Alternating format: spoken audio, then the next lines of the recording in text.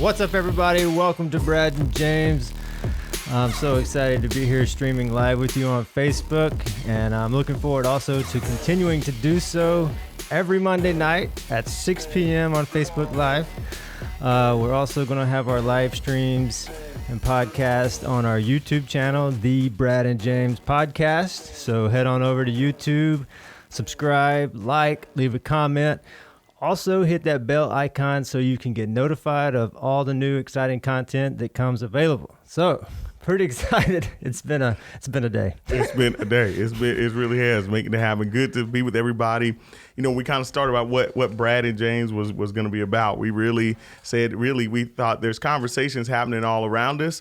We wanted to make sure that we were part of that conversation, but in today's new normal where we're figuring out new and innovative ways to connect, we thought this would be a great way to do that. I thought too, I wanted to talk about things that were relevant, wanted to talk about things that people were talking about, so didn't want to kind of lock it down. Just figured, hey, let's talk about if we're going to do something extra. Let's make sure it's something people want to be a part of. I really don't think either one of us could have imagined how important this would be, especially in like the times that we're in right now. Yeah, for sure. Because I think originally we just kind of discussed the possibility of having a podcast or doing a podcast, but that was, can we say, pre-COVID-19? Yeah, well. And now with people kind of being trapped per se in their homes, I think this is just going to be an excellent way to connect with people and, you know, keep everyone involved. Yeah, so I think as we begin to look, make sure those of you that are watching on Facebook Live, remember you can also put comments, questions in as we begin kind of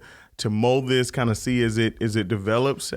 We definitely have a plan, but we want you to be involved as well as we kind of get going through this. And we're learning at the same time, but we are incredibly excited about this opportunity. So yeah, it's a growing thing. We'll there'll be some changes along the way, but for sure. I think everything will just be a little better as we go along. So yeah. Quick note, I want to remind everybody that in the future, our podcast will be available to download on all your popular podcasting streaming platforms, whether that be iTunes Podcast, Stitcher, Spotify, Google Podcast, and Amazon Alexa. Yeah. I think we got it all covered. I think you got it all, man. Yeah. Good job. Pretty freaking excited about that.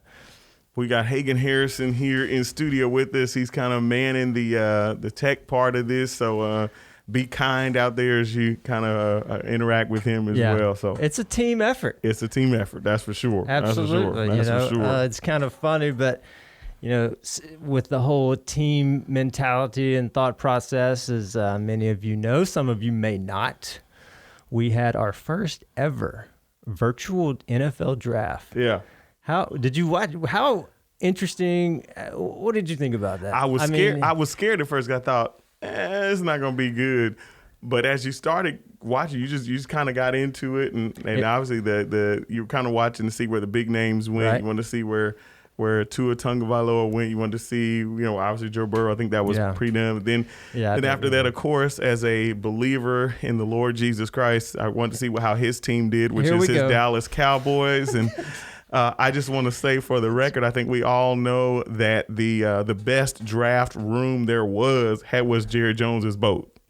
Okay, I'll give you that. Thank you. It was, shall we say, swanky. Yeah. Jerry was straight up. Yeah. So I loved it. I missed, kind of the fact of a lot of guys being there on site on draft night. Yeah. But, a lot of times during the draft, a lot of people who get picked up are at their home. Yeah. So it was kind of, some similarities there, but I thought they handled it really, really neat. And I like seeing all the families, how they all reacted, and seeing just the emotion of that. You could just see years and years of dreaming, years and years of working hard work. And it wasn't just the athlete. You saw the moms, the dads, they're crying too, because that's them taking them to practice, and buying equipment, and here it finally pays off. It was really that part I loved. The funny parts, there was one on one of my favorite podcasts or shows I watched, the Dan Patrick Show. They had a picture, how the commissioner had all the people kind of behind on the different screens. And so there was one where they had... I think I know where you're headed with this. Guy sitting there with no clothes on behind it. That's like church nowadays. You can just sit at home and watch church without no shirt on. I don't know if any of the cameras on or not, but it was sitting there right behind him, like sitting there, and you're like with the 40 pick. This guy sitting there like with not a stitch of clothing on. Obviously, the private parts were covered. It was just hilarious. Yeah. Right? So that part was. It was. Or how about, I think, now I'm not speaking any negativity on any team, but you know how like a team would draft a player and on the behind the commissioner they had like you said, the fans or whatever. Yeah. Well, most of all those boxes were full of like different people. Yeah. But I saw where one team, like it was like a meme or something. I think it was the Chargers. They couldn't fill up all the boxes. They didn't like have enough fans to fill up all the boxes. No, that's not. It may be an imitation of real life. Again, I'm not going there. I'm just saying that why couldn't you have a few more people in the look? All I'm saying about San Diego, I know people joke and clown on them about not being able to fill the stadium, but let's talk about best uniforms in the NFL right now.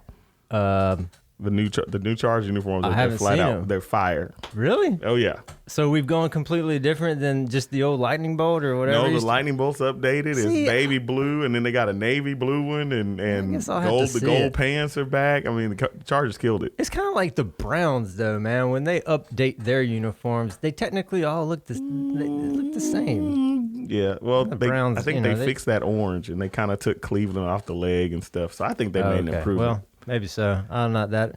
Don't pay that close attention to it, but maybe I will. No, okay. Question. Overall, who do you think got the best pick, and which team do you think is going to come out really well with all their draft picks? Yeah. Well, I think I'm looking at some of the draft grades. Like when I'm looking at how they were graded, I am happy to see Dallas got an A-. A-. Trying to see that on ESPN or Sports Illustrated. I hate it, but the 49ers had a good draft. Hate it, but they did. So those, obviously those are two teams that that you're kind of looking at as well. How many see what the Patriots do? I mean, this you just kind of wonder. That's going to be a little bit of a change. Yeah, you just kind of. I thought now that New Orleans has signed Jameis Winston, you kind of wondering. Somebody told me that today, and I just kind of had to. I was like, really? I didn't know that. Jameis is a good quarterback. I mean, Jameis is a good quarterback. He's good. Jameis is good, and so they know it, and they went and they got him. I guess so. Drew's only going to be there one more year, maybe. So he's already signed a contract with NBC. So he, time's running out.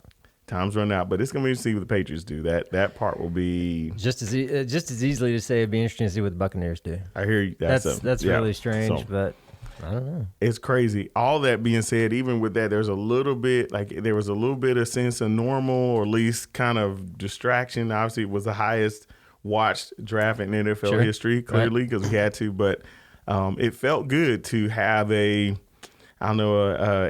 healthy distraction over. Some people weren't happy about it, but I think it was good. It was good for people, and and then again, but as soon as it was over, you're kind of thinking the same things. Like, well, when does the season really even start? When does you still there's a ton of uncertainty still right now that we're living in. Yeah, so that's true. But I agree with you in the fact that just having a little break from, and I'm not downplaying what we need to know about what's going on, but just having that little break of something different, because it's been a month and then or longer, or since been way longer, for several months. It was it's been a lot, so it was good to kind of have that break and have it over several days. But overall, I think it was definitely was entertaining for people. They raised a lot of money to help with relief. That's awesome. So that wasn't just kind of this kind of real selfish thing, but the NFL was really trying their best to be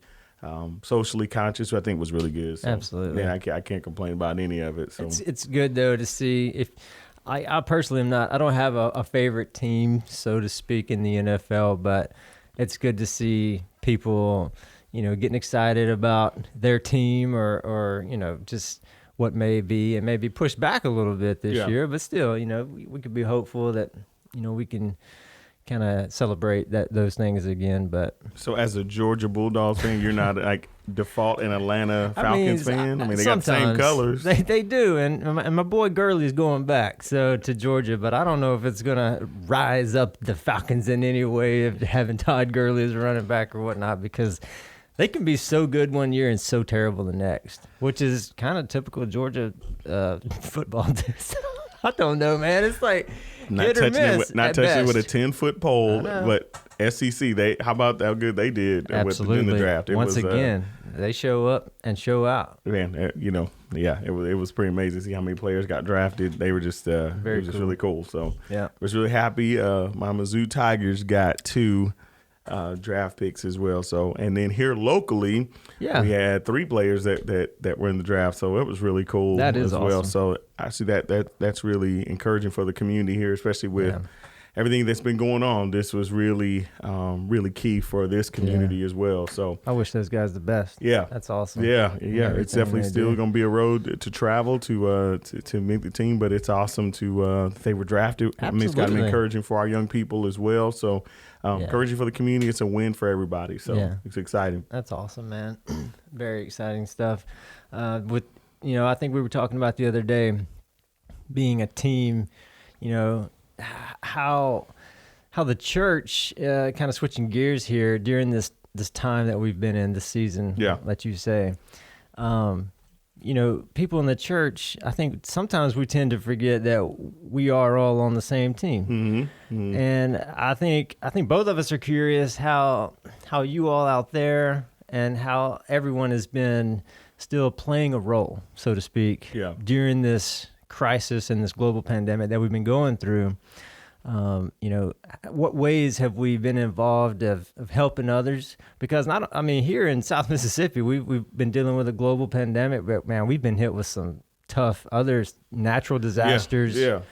And I was telling a friend of mine today that no one likes to see a natural disaster, or not that any of us have seen a global pandemic. But the thing that I like the most when tough situations do happen is I get to see the best side of humanity. Yeah, and for those people that don't not live in the South, I mean, you don't really understand Southern hospitality or loving your neighbor till you see something like this happen and just see how people rally around. I was talking to Pastor PJ Weeks, who's the church he's pastoring in Soso was absolutely destroyed, and PJ was saying to me last week, it was Thursday, we were talking, and he said when some of the FEMA people have shown up on the scenes, like they saw the amount of work that had been done, and they said, what had been done in our area in a week would normally take 3 weeks anywhere else. And that's just, that speaks volumes to just the heart of people in Jones County, surrounding counties. It just speaks to the South, really, and just absolutely. And it probably helps that we all have people have chainsaws and equipment that they're like, I am ready. I am ready. Always ready. One of my good friends, he went out, took a couple days off of the jobs he was on, and he just said, he said, James, I just feel like I need to go and help people. Absolutely. So I said, we'll go right ahead then, and Chris, I love that mindset. Yeah. Just wanting to help people. Yeah. And it was really tough because we were helping some in areas that we could, but it was, for me, it was like so easy to forget almost, hey, there's a global pandemic going on. There are practices and policies in place. How do you handle that? Like, you want to help people. It's hard to avoid people when you're helping out in that situation, but like you said, that mindset's just, it's what we have to do. Well, it's hard because I think even some parts, wearing a mask and it feels weird to wear a mask around people that you connect with, on such a close level. Now all of a sudden we're covered. Yeah, we're covered. And, it's hard, and yet when you look at what's at stake, it makes the choice very easy. When I look at my 4 children, to possibly have to see them suffer through something like this, the very real stories, even though, and it's hard too, we're a little, kind of what I equate it to here is kind of like what it was when 9/11 happened and I was in California and I was living there. That happened in New York, and yet it affected our nation. It was a huge, it's a huge historical tragedy event. But on the West Coast, like, we were affected, but not. We were so far away, yet it was real and it was happening. It was affecting everything, and yet it wasn't like right in our front yard. And so sometimes even here with this virus, it's not like right in our front yard, but yet it's affecting us. Clearly it's come right to our front door on several levels. So absolutely, and there are times when it hits closer to home. Yeah. And I think, you could definitely speak of that for sure. But I know I have, we all know people, or maybe you have loved ones or friends that live in areas that are more affected, or, I have friends that live in New York, and I also have friends that live in California. So, I start thinking about what would life, here it's, like you said, it's bad, but it's not as bad as it is in some areas. And I think about how life is for those people. It's difficult. It is very difficult, and I think we're looking at that. We're seeing, obviously I have family in California as well. Just seeing, we want them to be safe. You're concerned about it. Just was on the phone with my mother-in-law early this afternoon, and just talking with her briefly, and just, it's very real. Yeah. You start seeing how it affects real life, and it's difficult. It's almost, and yet we're kind of now in this point where there's this almost feeling of frustration from people, like, okay, I'm sick of this. It's time for this to be over. Yeah. Things will shut down. Let's get back to like I've had enough. Yeah. It's not about me. Yeah. Right. And it is, and it's difficult when you're looking at your business and different things, and yet, when you're looking at that, and you can't tell people how to feel. Right. I get being fed up, but there's a very real part that's happening. There's a very real epidemic that's happening. Absolutely. This, there's different theories. People out there and kind of like, well, I don't think it's that bad, or this, or, and I just want to say, like, up front, like, I don't know if you feel like it's that bad or not, but when you're looking at data, and we're looking at how African-American, people of color, brown and black people are dying at almost a 2-to-1 rate during this. That's a huge, if it's fake, that's something real is happening to those populations. And you and I kind of hit on, we were discussing a little bit last night, and I told you I'd ask, because I honestly don't know. Yeah. Why is that a higher percentage for African Americans? So a couple of things, and as far as just I think when we start talking about conversations like this, especially this is what I love about Agape, what I love about our church, is because we are diverse, because we have people of different cultures, different races. Yeah. This is exactly the kind of healthy conversations that we have to have. And so I guess I just want to say, parameter wise, that the relation, having tough conversations about race, about life, about issues, about sexuality, those kind of things have to be on the foundation of the relationship as a whole. Why we're able to do something like this is because we have a relationship. And so with that, there's always a part, especially in church life, where you almost feel like, hey, if someone ever knew how I really felt about something, are they going to change the way they feel about me? And that's the part that's not real church. That's the part that hey, we've got to still like understand, like our relationship is built upon the love of Jesus, and that part hasn't changed. Even though we may feel differently about different issues, we may vote for different people, we may like different people, we like different types of music, whatever that may be. But when it gets down to it, the core of where we're at is because of our relationship with the Lord Jesus Christ. With that being said, as we start looking, you asked the question about why that is. Well, a couple of things that we had to rule out is some of the myths. And so, number one, black and brown people are not more prone to contract the virus. Anyone who wants to educate yourself on this, you can look. Dr. Fauci did if you just want to Google Dr. Fauci and the disparity in the African American community, he addresses it so succinctly that African American people that are brown and black are not attracting or contracting the disease at a higher rate, but they're dying at a higher rate. And so the disparity in healthcare that these populations have gotten throughout history has now affected with not having access to adequate care for hundreds of years. now has produced things that now all of a sudden that we're more susceptible because of hypertension, because of diabetes, because of obesity. All those things play a factor that now when they contract the disease, it ends up being, devastating. Yeah. Yeah, it's devastating. And so, and so really, I think as we're starting to look at this, as far as African American people, especially in our community, as well as our brothers and sisters that are brown skin as well, if you're taking a pill of any kind for a medical condition, you have to be careful. Wow. You cannot play with this. And so if you're taking a pill for high blood pressure, if you're taking insulin, if you are, if you are obese or dealing with weight issues, heart conditions, you really have to be careful. Contracting this thing really could have devastating impacts on your life. So I think when we start thinking about it as a church, when we run to the rescue of people, during tornadoes and when they've lost everything, they've lost their home. In the same sense, I'm hoping that same heart is there when it comes to this virus, when we look at a population. So not all of Jones County was hit, but that community being hit was important enough that, hey, we all rallied to that. My hope is that as the capital C church, right, that if there's a population within the capital C church that is being affected by this in a more significant way than maybe another, that the capital C church will look and say, if my brother is hurting, my sister's hurting, then we're still hurting. Yeah. And we're not going to kind of bypass that and almost like, kind of take this, let the strong survive attitude. Right.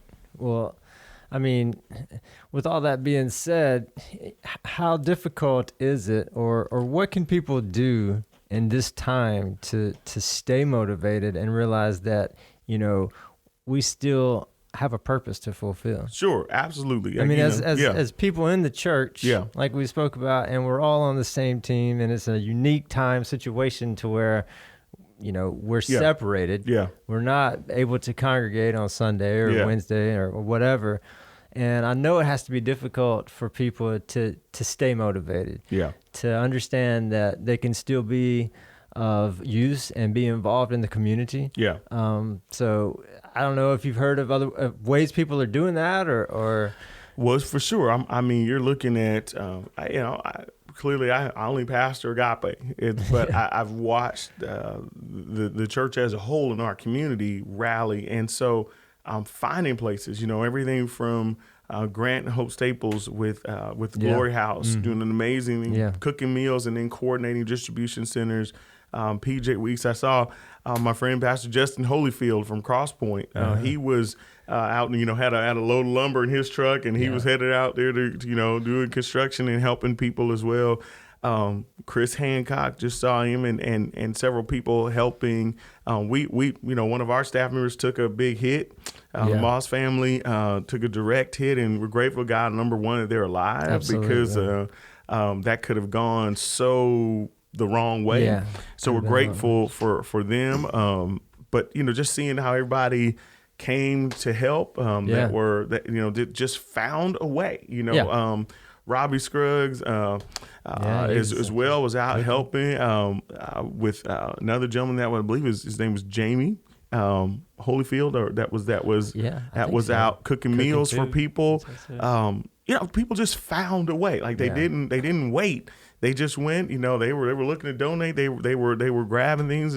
Doctors Derek and Maisha Burgess did an event this last Saturday, handed out toothpaste and different packets, care packages. Did that as well. We were blessed to be able to partner with Global Empowerment Missions. Yeah, that was amazing. To unload a truck and 23 pallets. 23 pallets. We gave. We're grateful to God for it, but we were able to give 1,000 surgical masks to the hospital. We were able to give 500 to pediatric dentistry clinics, and so to help out there as well. Just being able to do our part.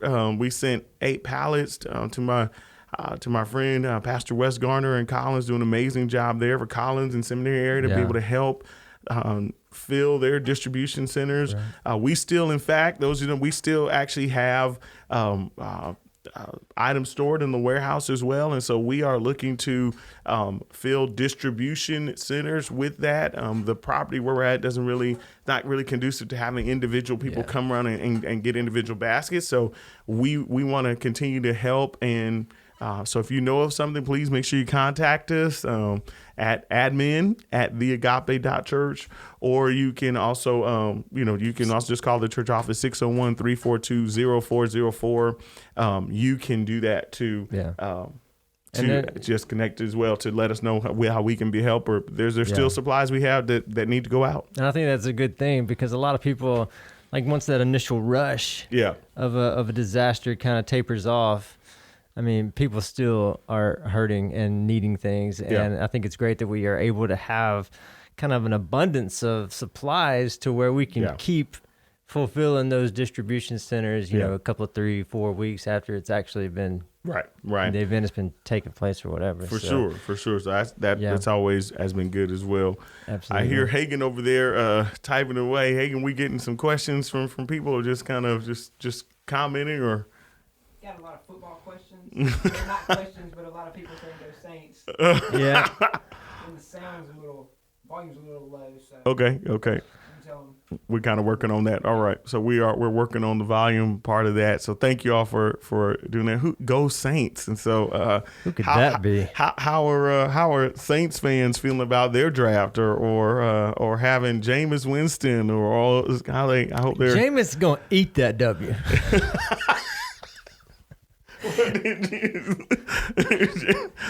Isn't that what he did? Look, he's going to be in a better environment. Sean Payton's a great coach. I think it's going to be a better situation. I'm sorry. Every time I hear his name, I see him doing that thing where he ate the W with. You know what I'm talking about? No, I missed that. Hagen, do you know what I'm? Okay.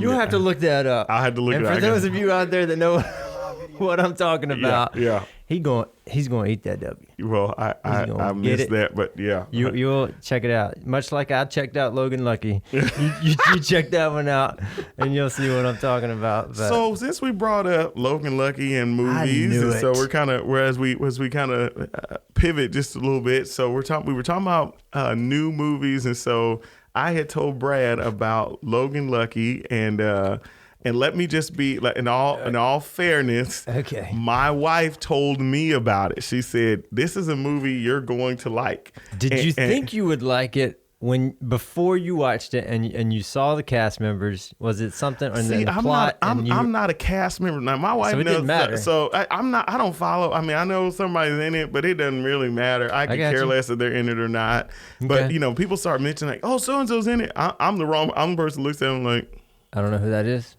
That's me. Now you name the role, they're like, "Oh, hey, Kylo Ren is in it." Oh, okay, well, you know.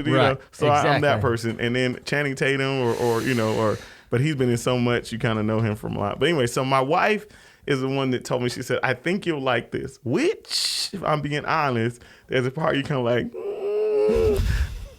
My wife she loves movies and she's great at it. But, she led me down the wrong path a couple times. All is lost. Cauliflower. Ladies and gentlemen, if you ever have a chance to see All is Lost, I encourage you to just stare at a blank piece of paper and save your time, because that movie, we literally, we hit in fast forward mode. You know how it still goes real fast? You didn't miss a darn thing. You just put that baby on high speed. So she took me wrong on that one. Now 20 years of marriage, I should probably say that that's probably the only. That's pretty good. Yeah, she's done real good. She's done good. I give her a hard time about that one, but that's what we do. But she told me about this movie, and I loved it. So anyway, I thought, this is a Brad movie. So, and then you kept like putting me off, like, no. It wasn't that I was putting you off. I just, I was like, I knew I wanted to watch it, because after I remember when I saw the initial preview, I was like, that looks like something I could get into. Yeah. And then you mentioned it to me, and I was like, I'm going to watch it. watch it. Yeah. And then I did watch it. And it was fantastic. Hilarious. It was so good. It was hilarious. It was cauliflower. Yeah. Is what it was. Hagen. I don't know if Hagen has been able to see it yet, but Hagen's didn't see much of a movie person if it's outside of Marvel. Or, well, see, movies in general, my wife she always recommends movies to me because there's tons I have not seen. Okay. Disclosure. And she's like, really? You haven't seen this, that? And I'm like, no. But everything she suggests, I end up liking as well. Very much so. So. Brad, are you a Tiger King fan? Yes. I said that without any type of hesitation. Only because I'm a Tiger Woods fan. So let's pay. Why are you looking at me like that, man? Because that's I'm the like, truth. because you straight like, and most times she tells me I end up like, I do. I wasn't lying. That's truth. I'm speaking truth right now, ladies and gentlemen. And it sounded like it, didn't it? Right there. Go ahead. No, sorry. Go ahead. Anyways, I'm not saying Ashley doesn't pick good movies. She does, but I just know. I know how you are. You. I mean, had a little mean streak in Brad. A Uh-oh. little mean streak. Most of the time, I mean, I like them. Okay. So. Did we just go from?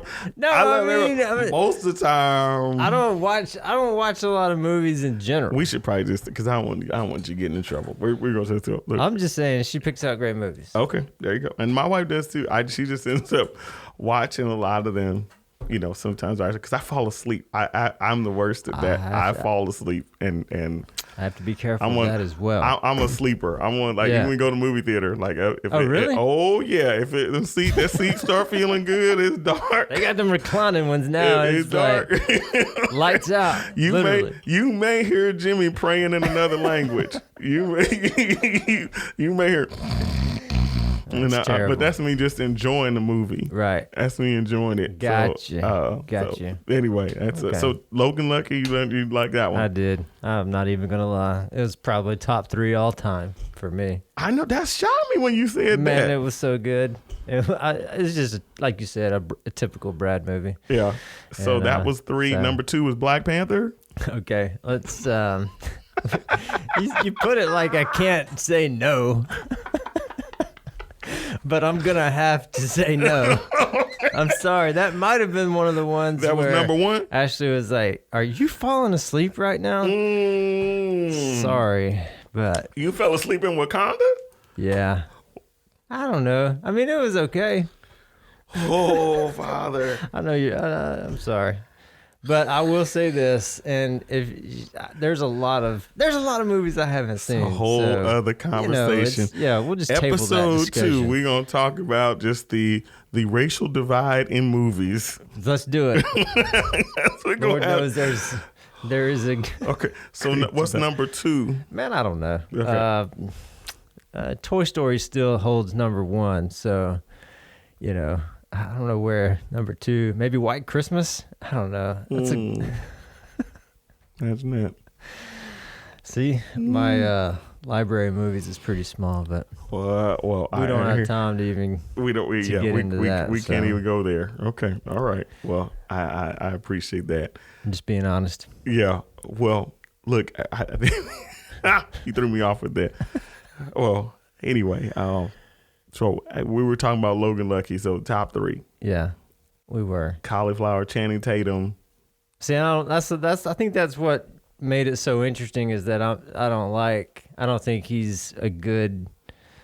Again, we're not getting into that, but I was like surprised that I liked it as much as I did because I'm not really a Channing Tatum fan per se. You told me you were disappointed with his performance in Easy. Magic Mike. I knew you were going there. Is that what you I knew said? you were going there. You were disappointed in I that. knew it. I have not even seen that, so don't try anything right now. Oh my goodness. Okay, right. Brain got a little red. Is it warm in here? Pandemic within the pandemic. Yeah, exactly. It is warm, but that's Well, I'm going. Hey, get anything we need to know that? I don't know which one it's talking about, but Jeff and Ness say y'all fell asleep on small group. I'm not in small group. Oh, wait a minute. Was that me? Uh-huh. Or were you in a small group, Jeff? No, I'm in a small group now with Chris and fell asleep in small group. You That talking may have about been me. me. That may have been me. But I'm pastoring, Jeff. So that's what happens sometimes when you tired from you pastoring. So Yeah, so I'm sorry. I felt did It's I like fall asleep? falling asleep on a Sunday morning. Goodness gracious. Oh, like people had not done that. Now people have done that to me for sure, but that's on them. But You know. I'm sorry, Jeff. I fell asleep in small group. But oops. Welcome to James. Yeah, it's real life, man. This is how it goes. For real. When I'm tired, my body shuts down. Like people say, I can't sleep on a plane. I'm like, give me the chance. Oh yeah, I'm out. That. Well, you've been on a plane once, actually twice. I've been on 3. Well, you don't remember the first one though. No, I'm talking. We like 3 actual. Actual planes. flights, but yeah. the big one was the honeymoon. Was the honeymoon? Yeah, that was. I did not sleep. But we made it. It was great. So if you had the chance, but choose between 2 things: to go on an airplane or up in the lift with Kevin Jones again. Which one are you choosing? Probably the lift. Because I just told Kevin, and once we got up there, I was like, I'm ready. I'm good. You can just bring me on down. And he was like, you sure? I was going to swing you on over there. And I was like, no, man, I don't need to do that. I got what I need. It's time to go home. You got to get ready to go play anyway. So. We heard about that. Like, once we got up top, we were like, see, I'm good. And that's the I'm thing. good. I told him, I was like, we never had this conversation. And I knew. I was like, I'm not sure. I'm not sure I ever heard. I may have asked him about it, but I'm sure you did. Kevin's usually pretty confidential, but when I saw that picture that you took, I was like, how'd you get Brad up there? Yeah, I did. Well, you called me, and if you remember, you called me specifically to tell me that Kevin had a lift. That's right. I forgot. And that I might want to get up there and use it, which translates you kept this blowing is me Pastor off. James telling you, I want to see some pictures from that lift. So, I mean, of course I did it because, hey, that's what I do. You know, you tell me what to do, and I did it. I forgot you were kind of sensitive about it. I kept wondering why you weren't terribly excited about it. Well, I was not. You were just like, yeah. And I was like, hey, we got a lift for you to use. Like, Kev said you use it. And you're like, yeah, okay. And I was a little... Yeah, but I figured I was like, you probably had a rough day at work or something. So I just... No, man, I just didn't want to go up in that lift. I but I did it. And I was ready to come down. Now. Yeah. It's good. Any other secrets from Jeff Gwinnett we need to know about that he wants to share out here for I want to know how many people are tuning in right now. We got 16 right now. 16, episode 1. 18, excuse me. 18. It's going up by the second. That's encouraging. Hey, tell all your friends, your family, they need to tune in every Monday night, 6 p.m. Facebook Live. Yeah. Just want to throw that out there. You can also remember you can find us on Brad and James podcast on YouTube. That's our channel as well. The Brad and James podcast. And then also listen, the whole point is for us to connect as we kind of get just kind of get that part dialed in on how to kind of get more interaction from you as well. One way you can help us is do a watch party as we go live. If you can actually do a watch party as well, that kind of you can watch with your friends, shoot in questions, things that you want to talk about as well as we kind of connect with Hagen, kind of really figure out, bringing you all into the conversation as well. You can also email us topics as well at the Brad and James podcast at gmail.com. That's so right. You can connect with us there as well. So all those are areas. After the show is over, the podcast is over, we'll actually you'll actually be an audio and a visual. That's right. Sorry, visual. It'll be a video of the podcast as well. So so you can actually. I'm one of those ones that has to watch podcasts. Me too. I'm kind of prone to that than just Absolutely. listening. I like to see faces, so it helps out with this. And and the studio in Midtown is actually, I think, came out pretty good. Absolutely. I want to say, we planned on having fun with this. Yeah. But we also, like you said, we want to get involved with you all. And if there are questions, maybe we can discuss things and really help people as well. Yeah. It's kind of, we just want to connect with folks and, be uplifting and fun and give encouragement where we can. So yeah, it's awesome. I'm really excited about it. And like we said, it's live, interactive conversation about anything. Almost anything. Almost anything. Almost anything. Almost Yep. anything. All right, before we wind up, last thing, let's check the feed one more time. Okay, anything else that we're checking in on? And we any questions or anything coming in? Cool. Chase Rolls says, great show, digging the set. Oh, William Awesome. Frazier says, hola, como esta? Bien, so bien, Chase tú. is my buddy. Hey, Chase, what's up, man? Hope you're feeling better. Love And Chase is my buddy from California, and I love that. That's one of my That's buddies, awesome. man. Yeah, Chase is close to my heart. William Frazier. Hello, William. Yes, sir. Hola, William. We're doing good. Hola, hola. We're doing good. So it's been cool. So Appreciate everybody tuning in. yeah, it's Hope we been can really do good, and we're only gonna get better from here. Yep. Hey, it's been awesome, man. Thank you for. enjoy it. I think as we get started, this Brad really approached me about this several months back, and he said, "You ever thought about doing a podcast?" And I was like, "No." And but little did we know, like the times would really say, like, "Hey, this is absolutely something that's necessary and great," and it is. I said, well, if we're gonna do it, I want it to be something that I want to do. I don't want to have to preach another message on Mondays, but if we could just talk about things that people were talking about. Yeah. And so I think it's been, I appreciate you pushing it. And man. so it's been good. I And think it's going to be great for everybody. I think it's really going to be do. good. It's going to be good. Yeah. Looking forward to it. Listen, everybody, thank you for being with us tonight. Next Monday, we'll see you at 6 o'clock. Remember, you can email us. Check us out on YouTube as well. And we will see you Next Monday, 6 p.m. See you then. All right. Bed.